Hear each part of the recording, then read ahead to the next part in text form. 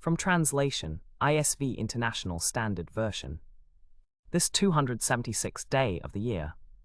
Today we are reading passages Matthew 5 to 6. Matthew chapter 5, verses 1 to 48. Now when Jesus saw the crowds, he went up on a mountain and sat down. His disciples came to him, and he began to teach them, saying, Blessed are the poor in spirit, for the kingdom of heaven belongs to them. Blessed are those who mourn, for they will be comforted.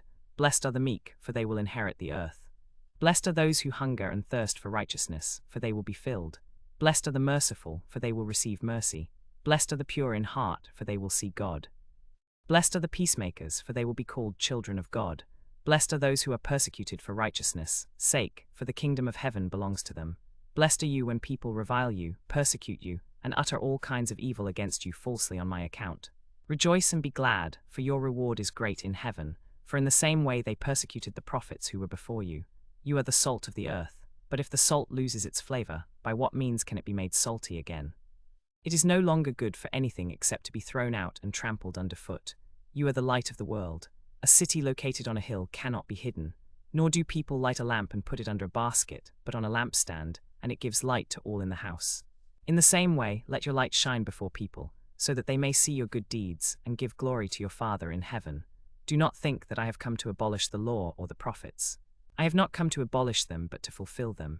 For I tell you, until heaven and earth pass away, not one smallest letter or one stroke of a letter will pass away from the law until all is accomplished. Therefore, whoever relaxes one of the least of these commandments and teaches others to do the same will be called least in the kingdom of heaven. But whoever does them and teaches them will be called great in the kingdom of heaven. For I tell you, unless your righteousness exceeds that of the scribes and Pharisees, you will never enter the kingdom of heaven. You have heard that it was said to those of old, You shall not murder.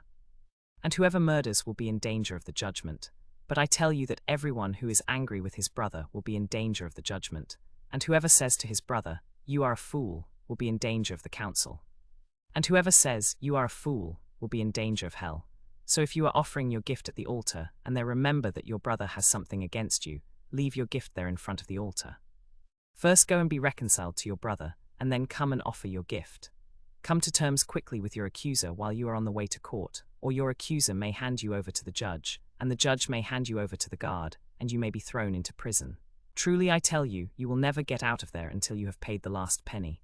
You have heard that it was said, You shall not commit adultery. But I tell you that everyone who looks at a woman lustfully has already committed adultery with her in his heart. If your right eye causes you to stumble, tear it out and throw it away. For it is better for you to lose one of your members than for your whole body to be thrown into hell. And if your right hand causes you to stumble, cut it off and throw it away.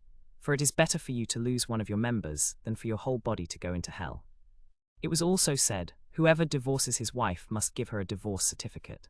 But I tell you that everyone who divorces his wife, except for immorality, and marries another commits adultery. Again you have heard that it was said to those of old, You shall not swear an oath falsely, but you shall fulfill your oaths to the Lord. But I tell you, do not take an oath at all, either by heaven, for it is God's throne, or by the earth, for it is his footstool, or by Jerusalem, for it is the city of the great King. And do not take an oath by your head, for you cannot make one hair white or black. Let your yes be yes, and your no be no. Anything more than this comes from evil. You have heard that it was said, An eye for an eye and a tooth for a tooth. But I tell you, do not resist an evil person. If someone strikes you on the right cheek, turn the other to him as well. If someone wants to sue you and take your tunic, let him have your cloak as well. If someone forces you to go 1 mile, go with him 2 miles. Give to the one who asks you, and do not turn away from the one who wants to borrow from you. You have heard that it was said, Love your neighbor and hate your enemy.